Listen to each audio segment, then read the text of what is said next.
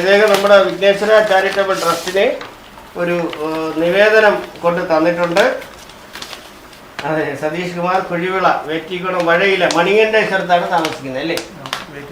വേറ്റിക്കുളത്താണ് താമസിക്കുന്നത്. ഞങ്ങൾ ഈ ട്രസ്റ്റുമായിട്ട് എന്താണ് വരാനുള്ളൊരു കാരണം? 3 കുഞ്ഞുങ്ങളാണ്. അതങ്ങനെ 3 പേർക്ക് ചികിത്സ എന്ന് പറയുമ്പോൾ അയ്യോ 3 പേര്.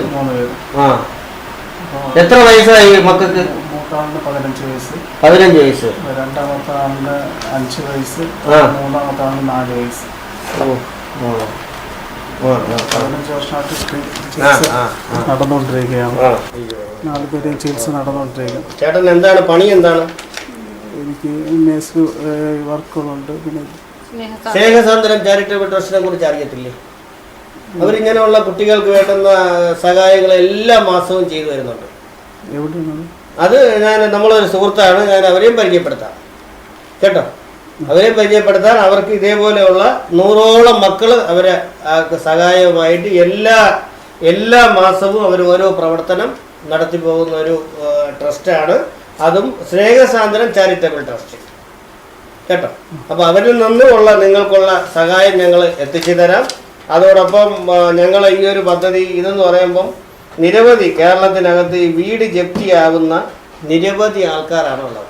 അപ്പോൾ അവർക്ക് ഈ ഒരു വീട് ഈ ടോക്കണിലൂടെ കൊടുക്കുമ്പോൾ അത് കഴിഞ്ഞിട്ട് അവർക്കുള്ള ആ ഒരു വീട് വയ്ക്കുന്നതിനുള്ള സജ്ജീകരണം ഉൾപ്പെടെയാണ് ഞങ്ങളൊരു മെഗാ ലക്കി ഡ്രോ സംഘടിപ്പിച്ചിരിക്കുന്നത്. അപ്പോൾ അതോടൊപ്പം നിങ്ങൾ ഇതേപോലെയുള്ള നമ്മുടെ മക്കളുടെ ചികിത്സാ ചെലവിനും അതോടൊപ്പം അങ്ങനെയുള്ള പദ്ധതിക്കാണ് ഞങ്ങൾ ഈ കാരുണ്യ തണൽ പദ്ധതി നമ്മുടെ വിഘ്നേശ്വര ചാരിറ്റബിൾ ഇത് വരുന്ന പ്രധാനപ്പെട്ട കാര്യം അതാണ്. ജനങ്ങൾക്ക് ആംബുലൻസ് സർവീസിന് ഞങ്ങൾ ഫ്രീ ആയിട്ട് നടപ്പിലാക്കുന്നുണ്ട്. അതോടൊപ്പം തന്നെ വീട്ടിൽ കിടക്കുന്ന അസുഖബാധിതരായി കിടക്കുന്ന കുട്ടികൾക്ക് വേണ്ടുന്ന ചികിത്സാ സഹായം ഉൾപ്പെടെയാണ് ഞങ്ങൾ എന്തായാലും അത്യാവശ്യ ഘട്ടത്തിലുള്ള ചികിത്സാ സഹായങ്ങളെല്ലാം ഞങ്ങളെ കൊണ്ട് പറ്റുന്ന ചെറിയ രീതിയിലുള്ള എല്ലാം ചെയ്തു. അതപ്പോൾ ചുരുക്കി പറഞ്ഞാൽ ഒരു സഹോദരനായിട്ട് ഇനി നിങ്ങളോടൊപ്പം ദൈവമായിരിക്കും ഞാൻ കണ്ടല്ലോ, നിങ്ങൾ കണ്ടല്ലോ ഇവിടെ അങ്ങോട്ട് നോക്കൂ. ഈ വിളക്ക് ഞങ്ങൾ രാവിലെ കത്തിച്ചാൽ ഈ വിളക്ക് ഞങ്ങൾ വൈകുന്നേരം ഞങ്ങൾ പോവാൻ നേരത്തെ അടയ്ക്കുള്ളൂ. ഈ ഒരു വലിയ വിളക്ക് ഭഗവാൻ എല്ലാവരും ഉണ്ട് ഇവിടെ അല്ലേ? അപ്പോൾ അവിടെ മനുഷ്യനെ തിരിച്ചറിയുന്നവരായിരിക്കണം യഥാർത്ഥ പ്രവർത്തകർ. എന്തായാലും എന്ത് ജോലിക്ക് പോകുന്ന എനിക്ക്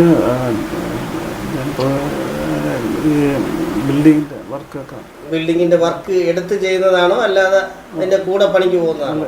എടുത്തൊക്കെ ചെയ്യുന്നുണ്ട്. അപ്പൊ സാമ്പത്തികമായിട്ട് നല്ല ഇതുണ്ടോ? വീടൊക്കെ ഉണ്ടോ? സാമ്പത്തികമായിട്ടില്ല. ഇപ്പൊ വീട് ഇല്ല, കുടുംബ വീട്ടിലാണ്.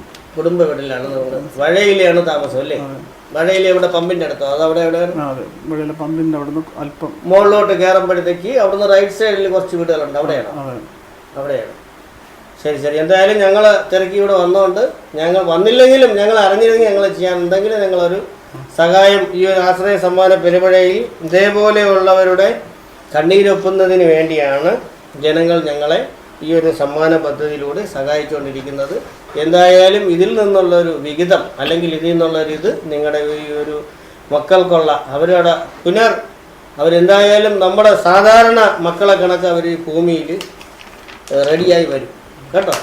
സ്നേഹസാന്ദ്രം ചാരിറ്റബിൾ ട്രസ്റ്റ് ഈ ഒരു കാരുണ്യം മാത്രം ചെയ്യുന്നതാണ്. അപ്പോൾ അതിൻ്റെ ഉടയൻ്റെ മകളും അതേപോലെയുള്ള ഒരാളാണ്. അപ്പോൾ അവരും ഇതിനുള്ളൊരു പ്രവർത്തനത്തിന് നിങ്ങളോടൊപ്പം കൂടെ നിൽക്കും.